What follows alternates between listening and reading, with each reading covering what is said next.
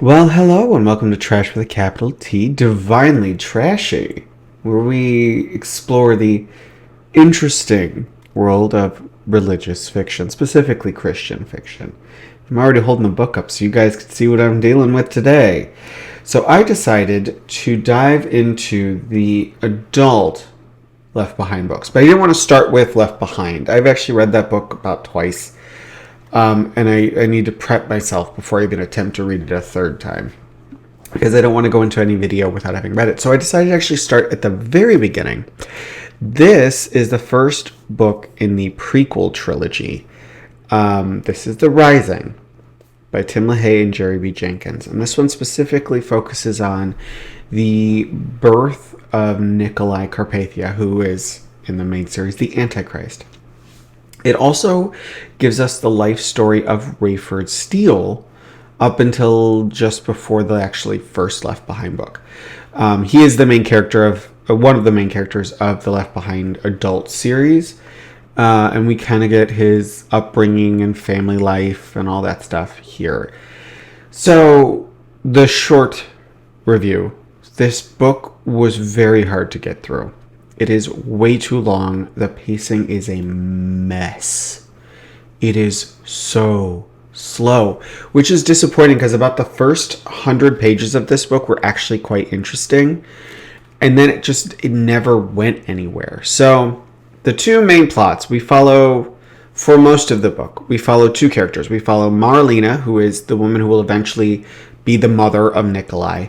And then we also follow Rayford, from about age 9 through most of his young years, his teen years, his college years, into his adult years. So we actually get to meet his wife, Irene, who is a character we hear a lot about in the adult series, especially in the first book, but we never actually meet. Irene is a character in this one. Let's start with the Rayford stuff because that's the easiest stuff to kind of just get through. The Rayford stuff is okay. It's quite meh. It's kind of boring. Rayford as a character is a little bit too perfect at times. Like, he goes through a rough patch in his teen years. He develops acne. He kind of mouths off to his parents. And then he grows into a 6'4", 220-pound muscled stud who the authors really want to remind you is like the ideal male. The main problem with that, his part of the story, and this is a problem I've noticed with all of this, is there is no emotional depth to anything. Rayford as a character is quite cold. All of the characters are quite cold, to be honest, but it's more obvious there because you don't have the larger, like, kind of supernatural narrative kind of pushing his story. You're really just dealing with a lot of human moments. And everything there feels very disconnected. The characters don't have an emotional connection to each other. I'm going to go into full spoilers for this review just to give you guys a heads up. I kind of do that with all my Left Behind reviews because I'm really digging into kind of the plots as I go through, but I'm going to treat this one the same. My main issue, like the perfect example of this, is later in the book. Rayford's parents are older, and his dad starts to develop dementia or Alzheimer's. I think it's Alzheimer's. And eventually his mother does as well. And the way it's handled, instead of him dealing with the fact that his parents are growing old and losing their memories and the pain of eventually losing them, it's more about this. It's all focused on the financial strain of taking care of them and him wanting to be able to move to a big house and get fancy cars and all of this. And I know it's supposed to show that Rayford is materialistic, but it's so cold that it really just makes him feel detached from his parents. The relationship he has with his parents is very not there. There's scenes with them, but there's no family warmth. There's no nothing. His mother just kind of hovers. His dad is kind of this authoritarian figure. He's not a bad guy. He's not a mean guy. But he's just kind of, there's no connection between the characters. Even when we get to his relationship with Irene, I think that was when it dawned on me how these characters felt. So not much really happens during this. We start with Rayford at 9. We go through his younger years, and you get a few moments. These are important moments because it's to show where he was told about how to become saved and he didn't do it. So we're getting kind of like the setup, like, see, he had all these opportunities and he didn't, and that's why he got left behind. So that's in there. We follow him from 9. We go through high school. He has a rough time in high school. He has an awkward phase. He gets acne.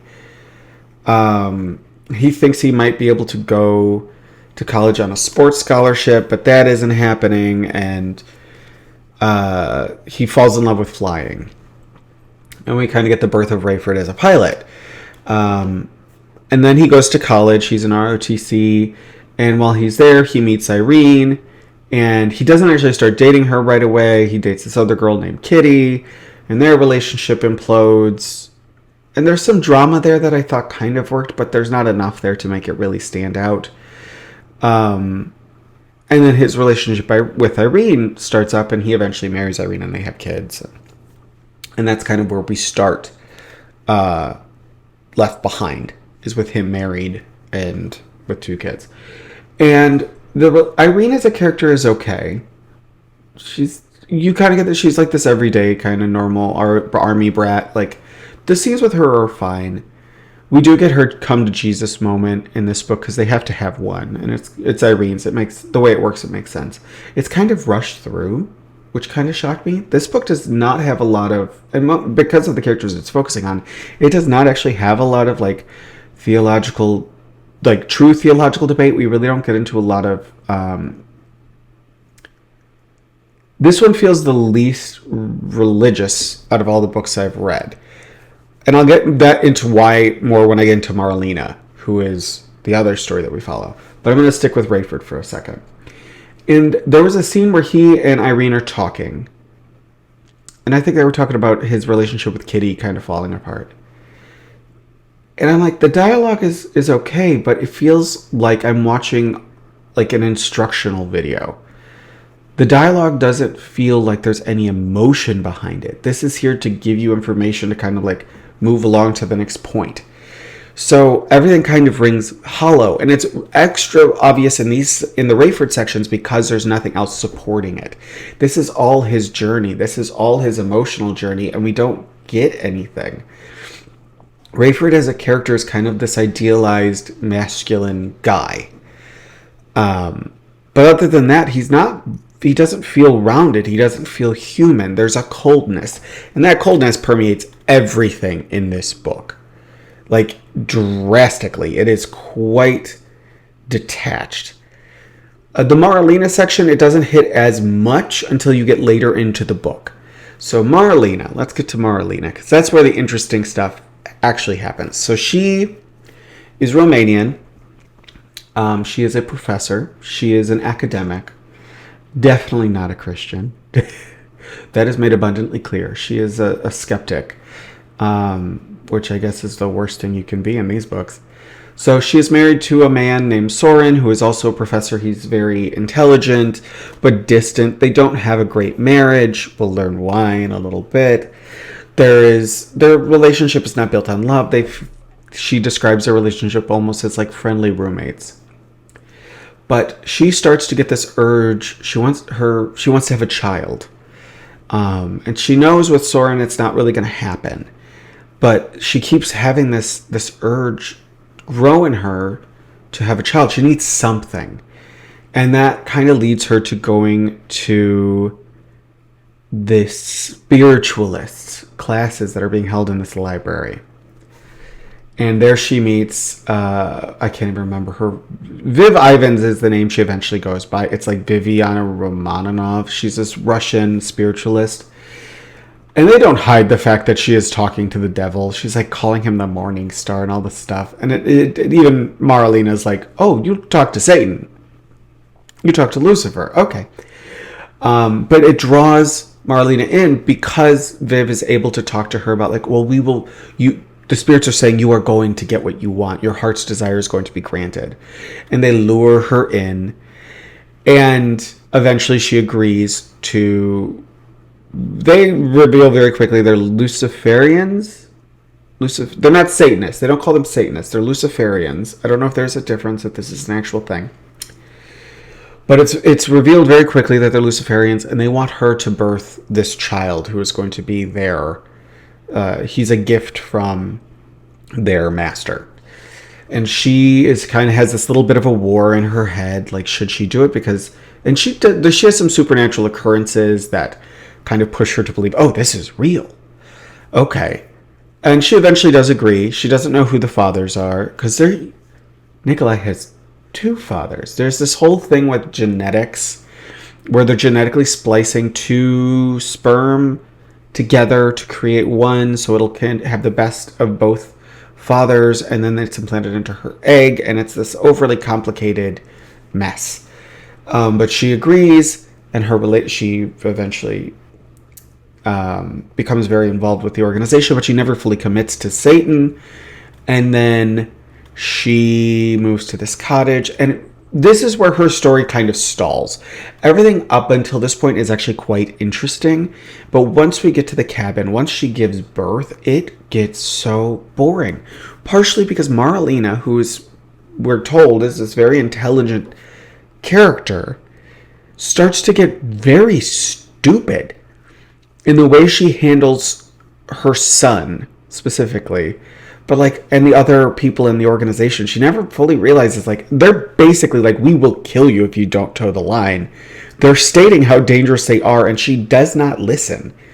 So we go through this whole story, and eventually, big spoiler, they have her killed. They have her assassinated. That's actually one of the few exciting parts of the book, where this assassin shows up because she... Okay, I gotta back this up a little bit. So basically, what happens is Nikolai, who is now, at this point, a child, he's older, he can talk. He obviously has turned on his mother. He never has any relationship to her, he's colder than everyone else, which is kind of disappointing. But he turns on her, he bites her, she has to go to the hospital, and they poison her, but the poison doesn't kill her quick enough. So the doctor comes to her house to kill her, and there's this big fight, and she shoots him in the face because it's left behind, and someone has to get shot in the face. And then she dies. And so she dies, then we get a couple chapters with Nikolai, and the book ends. The story should be good. This should be interesting. They have so many opportunities in here to make it entertaining, and they do not take any of them. I get not wanting to lean into horror. I get not wanting to make it feel like The Omen or Rosemary's Baby. I do understand the push away from that, because for their audience, that might be a step too far. The problem is, by keeping it so distant, nothing happens. Nothing happens other than we learn that in Christian books, it's okay to call someone a bitch if you say it in Romanian. That's it. They have so many chances to do entertaining stuff. So one of the side stories with Marlena is her husband, Soren, who we learn is actually gay and is in a relationship with a fellow professor named Baduma? Something. He's not important. He's never on page. But he is in a relationship with another male professor, and it turns out that they are the sperm donors for Nikolai. So Nikolai's got two gay daddies. Okay. I was waiting for that to become offensive or something. I was waiting for the cackling evil gay villains. And they didn't go there.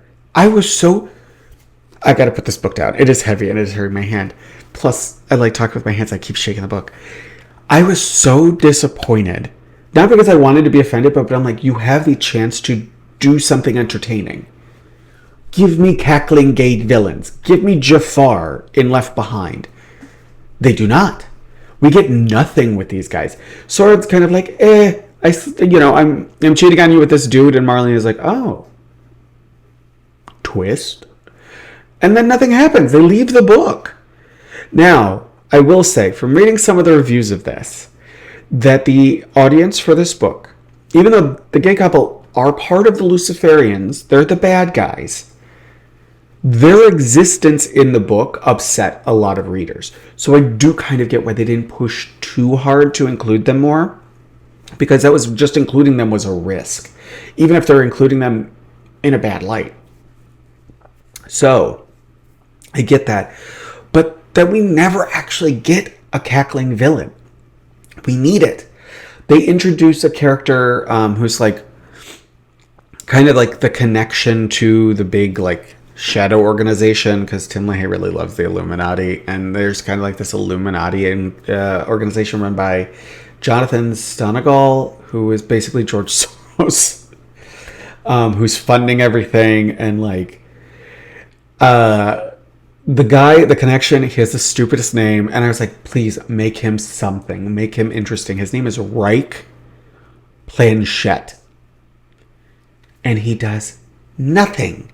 There is nothing. They are so set on making the story quote unquote respectable. They forgot to make it entertaining. The beginning works because when we are first introduced to Marlena as a character, there's an innocence to her, and her quest to be a mother, that yearning, makes her feel kind of human. It is something that actually does come through. There's a realistic way to the way she's dealing with it. And there's these little supernatural touches and all this other stuff that kind of play in. But then it goes nowhere. She gives birth. Nikolai obviously doesn't care about her. It's made very clear early on, but we'll get into him in a second. She is constantly told, you better toe the line or you will be dealt with, in pretty plain language, and then she keeps pushing back and then kind of gets surprised when she gets killed. Like, it goes nowhere. There's nothing interesting there. I was waiting for something. And the most we get is the big fight with her assassin, which involves a horse doing nothing. She gets on a horse, the horse refuses to ride, and then she gets like, a guy puts a gun on her and takes her inside. And it goes nowhere. They have a little bit of a tussle. She shoots him in the face, and that's it. And then she dies. And I was so disappointed because the beginning, the first 100 pages of this almost 400-page book are solid. For a second, I was actually, did someone else write this? And then everything started dragging. I'm like, nope. Tim and Jerry wrote this one. Because they have a problem with pacing. Because I think they want these books to feel so respectable that they're scared to go into territory that could be considered campy or like poppy. They don't want these to feel like a novel you'd pick up at the drugstore. The problem is they're pulling so far the other way that the story stalls. Also, this book did not need to be nearly 400 pages. It should have been about 200. The Rafe stuff could have been, the Rayford Steele stuff could have been just taken out because it adds nothing to the story. It's really there, I think, because that's the one section where we can get into some of the more Christian theology as the characters, in brief moments, discuss what it means to be a Christian, what it means to be, quote unquote, the right kind of Christian, that type of stuff. And yes, that is kind of how that whole narrative comes off, is these characters are not, Rayford and his parents are not the right kind of Christian. Irene, when she goes back to church, she goes to a nice church, but it's not a church that teaches the actual truth. So that's part of where I think why that stuff is there. And also they wanted to build up the backstory of Rayford, but they don't add anything in there that makes it interesting or worthwhile. We just learned that he had acne, but then he turned into a freaking romance novel cover hunk. So what's the point?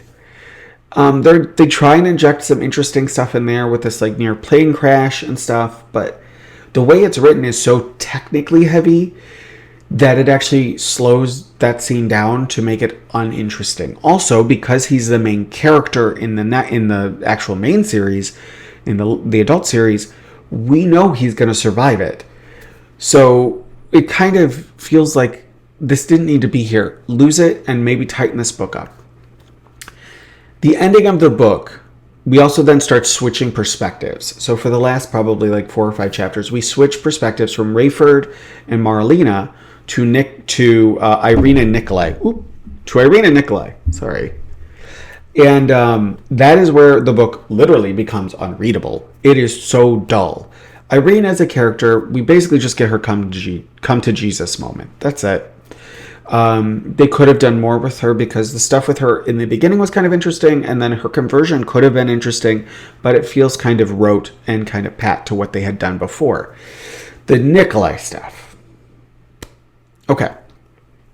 Nikolai as a character in this book is so uninteresting because he has one note, and that note is asshole. That's it. Sorry for swearing, but he can be very charming, but you never see it on page. That always happens off page, where they're like, he charmed all the other students, or he charmed these people, but every interaction we see him in, he's just rude and a jerk. And he eventually, like, there was one funny moment. Okay, so he's talking to Reich about the organization's finances, and he realizes that his sperm donors are still on the payroll. So he's like, we'll have them assassinated so we can free up some money. I was like, oh, okay, so we're just going there. So he has his dad's just killed off page, which I was disappointed. I was like, guys, your audience would have no problem with these characters being killed on page. Do it. Do something. I'm not asking to be offended because it takes a lot to offend me, but there's literally nothing. And I don't know if that's them playing the middle ground and being safe because they don't know how their audiences would react. Because this was, so the first Left Behind book was written, I want to say in like 98, 99. This was written in 2005. You could probably still get away with it. Like, it needed to have something. They kept pulling back, and by pulling back, they made this book almost unreadable. There's another thing, and this is kind of I'm going to use this to kind of wrap up the review, but the other odd thing they do is if this book was actually fitting in the timeline where the first book took place when it was written, which is 1999, this book should have been set in, like, the beginning of the book should have been set in like the 70s or 80s. They don't do that. They push this all to the modern era. So these characters have high-speed internet and cell phones. It gets really confusing, mostly because it feels like it's a decision that happens midway through the book. There is a point in this book where they start talking about cell phones. They hadn't before. I think they kind of, I know why they do that. They're doing it because they want to push the Left Behind books forward so that they feel like they're part of the modern era, so that it always seems kind of like relevant. They have updated those books in later editions to switch things from like VHS to DVD. The problem is they didn't do the switch perfectly. So there's some reviews I've read of this of the reprints where they talk about playing the DVD in a VCR. So they are trying to update those books to push them into modern era. And part of that is they pushed this into modern era. It does not work. It does not change that the books feel, because they keep talking about like car phones and stuff. Technology dates books no matter what. It's the same thing with films. Technology dates material. So when you are constantly referencing this stuff, as they do, it dates your material. But by also trying to reconfigure the timeline of the original books, it makes everything feel very awkward. And you missed out, because this could have been interesting if you made this a period piece. But again, I don't think they wanted to take the time and do the research to make a period somewhat appropriate. Which would have been interesting, but they didn't do it. So, and I know they were avoiding going into horror trappings, but one of the things they could have looked at is if you're dealing with a character like Nikolai, the Antichrist. And this is not a great movie, but the second Omen movie, Damien Omen 2. Damien is a main character. And he is a conflicted character because at that point he doesn't understand who he is or what his role is. And it's something he learns throughout the film. That is an interesting story. Even if that movie is not perfect, the Damien arc is interesting. You don't get that here. Nikolai is just like, I'm special the entire time. And then at some point he has to recreate Jesus's 40 days and 40 nights in the desert. But he does, like where Jesus said, no, I will not. Nikolai's like, hell yes, I will. So he eats a bunch of rock bread, jumps off a temple, and then pledges his allegiance to Satan. But that scene is also so rushed through that it's just kind of a blip. It happens in the last, 10 pages. It happens, there's a lot of things where they try and parallel Like, I think Rayford's story and Nikolai's story were supposed to parallel, but they're not lined up in a way that it feels natural. And that scene is the 40 Days, 40 Nights scene with Nikolai is then paralleled with Irene eventually accepting Jesus and like admitting she's a sinner. And it's not very entertaining. And the parallel doesn't work. I actually started skimming. I hate admitting it. But there were parts of this where I was just like, I can't read more of this. Especially when it comes to like Rayford dating in college. I don't care. It has nothing to do with anything. It shouldn't have been there. Yeah. If you can't tell, I did not like this book. And I think Christian audiences deserve better than this. This strikes me as... I'm going to put this down again because arm is really freaking tired. This strikes me as the writers not wanting to make these books feel paperback-esque or kind of pulpy. So they just freeze the story in this state of like respectability.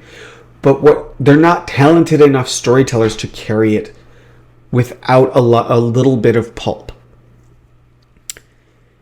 Their writing is too stiff and too cold. The characters do not connect. There is nothing in there where the reader connects to the characters. Now, I do know these books are very popular, so other people probably will disagree in my assessment. And that's fine. But reading this, I felt so disconnected from the characters the entire time that I never felt invested in the story. And for a book that comes in at like, it's like 380 pages or something. I think that's it. 380 exactly. For a book where you're supposed to devote that much time to it, that's a problem. So do I recommend this book? No, I do not. There is much better. If you are a Christian and you are looking for entertaining fiction, I can guarantee you there is better material out there than this. If you are a non-Christian who is interested in reading about the Rapture, because obviously we have been going through, I'm recording this in early October. So we're on Rapture Palooza round 2. So if this is something that interests you, skip this. I mean, the first Left Behind book is even more entertaining than this. There's a lot more that happens in that one. This book is dull, and I probably will not be continuing the prequel trilogy. Maybe, I don't know, but it's going to be a while before I pick another one of the adult ones up again, because this took me a long time to read, and it did not feel like the time investment was worth it. Okay, wrap it up here. So, new episodes are posted on the channel every Sunday, 8:30 a.m. Eastern Time. If you like the video, give it a like. If you want to see more stuff like this come out, I've pretty much been doing a Left Behind the Kids video every month. I cover a bunch of other stuff. I've covered everything from Sweet Valley High to Slumber Party Massacre. So, if you want to keep seeing those, subscribe. And I also occasionally will do special episodes like this that pop in the middle of the week. Those are always going to be on Wednesdays at 8:30 a.m. They don't have a set schedule like I do a number of them every month. It's just kind of like when the spirit moves me. All right, guys. Love what you love. Enjoy what you're reading and watching. And have an amazing morning, afternoon, or evening. And I will see you all in the next one. Bye.